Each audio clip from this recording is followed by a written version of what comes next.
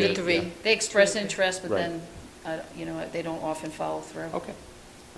Thank you. Anyone else?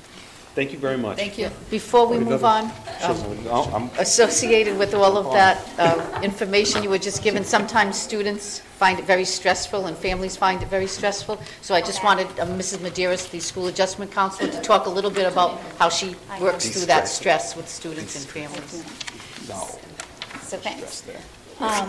So as we know, and as you've heard from everything that happens from the transition to the 9th grade through the college planning process, that high school is a very exciting time for our students. It's also very exciting for their families as well. And a lot of growth and development happens and a lot of maturity. And as they move on and you can tell from the colleges that our students are applying to that we have very high achieving academic youth here in the building. So we like to offer them, aside from the guidance support that they get through the guidance counseling, we also like to wrap around kind of the community supportive services as well, because oftentimes if you tend to be one for perfection or you're really kind of keeping an eye on things and you're involved in multiple activities, we have students who just have their hand in everything. They're in AP classes, they're taking clubs and activities, they may work a part-time job, they're maybe volunteering in their community or doing something outside of the school. So it's not uncommon for me to hear that these students are feeling very overwhelmed. I feel like I have to do it all. I want to be a good contender for my school of choice. I'm not really sure what that is. Now I'm overwhelmed because I'm involved in all of these things, and now I'm getting, asked about my essays and where's my letters of recommendations. And that senior year builds in a lot of tasks related activities for the college planning that they didn't have in their earlier years, and yet their course selections are very challenging, and their extracurriculars are very challenging as well. So we like to build in that counseling support for them and for their families as well. So one of the things that I had just kind of listed for you, what are some of the most common concerns and worries that we hear from the seniors, but also from the juniors, and it's basically, I want to get to prom. I want to get to the stage. I want to make the graduation. I know I'm going to get there, but it just seems so overwhelming. The new changes in the schedule have been, I think, a little bit of a setback for the students this year.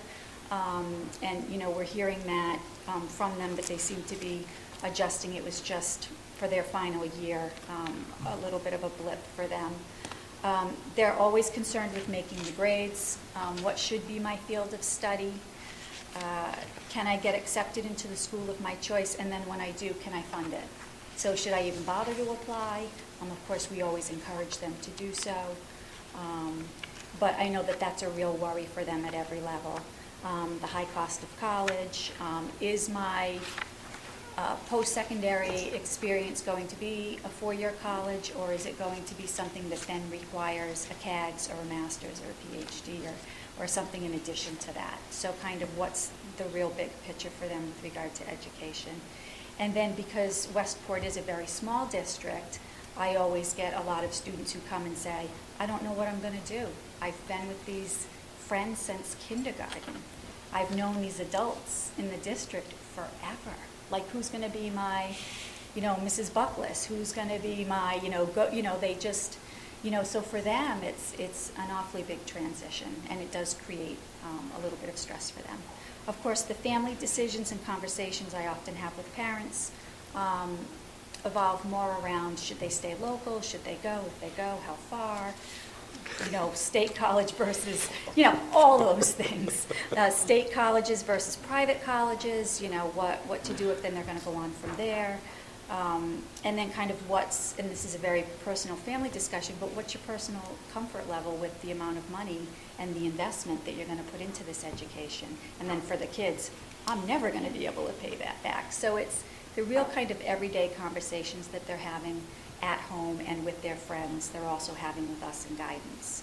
So a few of the things that we've done, Mrs. Ruel and I have been requested to go into the classroom to address the AP students prior to an AP exam last year. I think that kids were starting to have some real concerns. It was obvious they weren't sleeping very well. They were kind of breaking down. So the teacher was like, well, can you come in and just kind of do a little stress relaxation? We did test-taking strategies with them. We just kind of reassured them that they are good students and they are adequately prepared, and that the class that had had that teacher and had taken the test previously had all done very well. So kind of giving them that confidence and pulling them back a little bit and telling them how to prepare themselves to be in the best possible shape for taking those tests.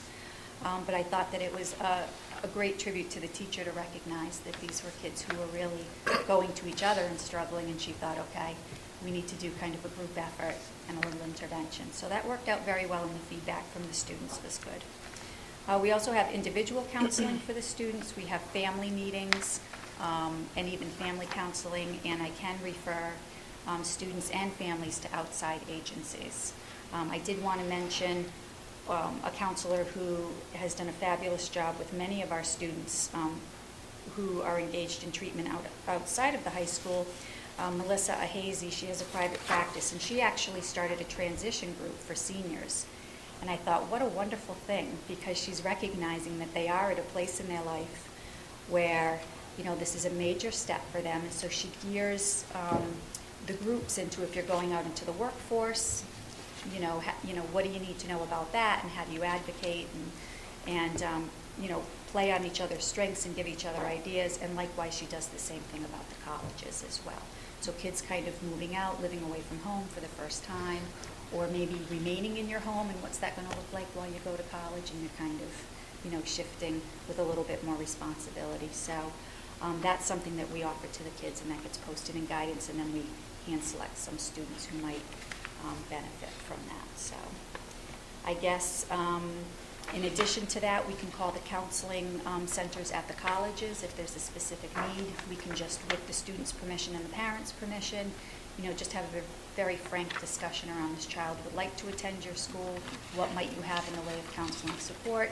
If it's not something that feels right for the student, then we could look at the surrounding community and make a match for them with a provider in that area. So there are a lot of ways that we can support the students through the 4 years at high school, and even as they transition out, we can have those services in place.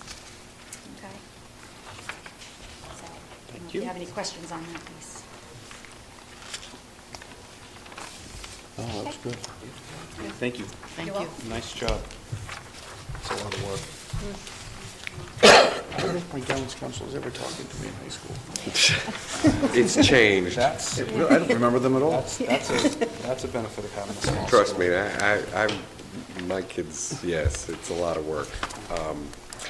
Before we go on in the agenda, I just wanted to mention that Dr. Condon can't be here tonight, so I would like to table Section F. And perhaps if we can get the graduation rate information, we can move that along with Section F to next week, the regularly scheduled meeting. She had a death in the family, and she, you know, is dealing with that tragedy. So Let's we can go right to go to G, update To on the G. safety protocols.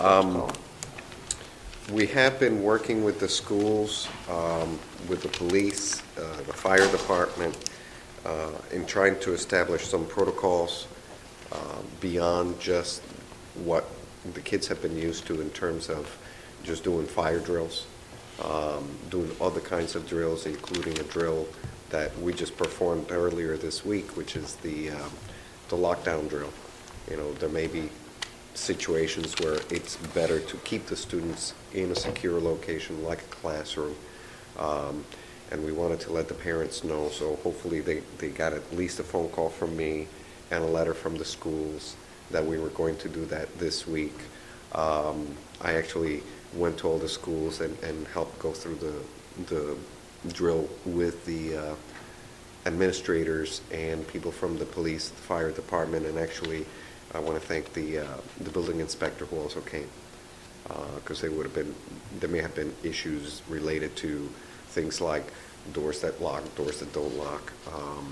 Can we lock it from this side of the door or that side of the door? So we did a lot of that. We're not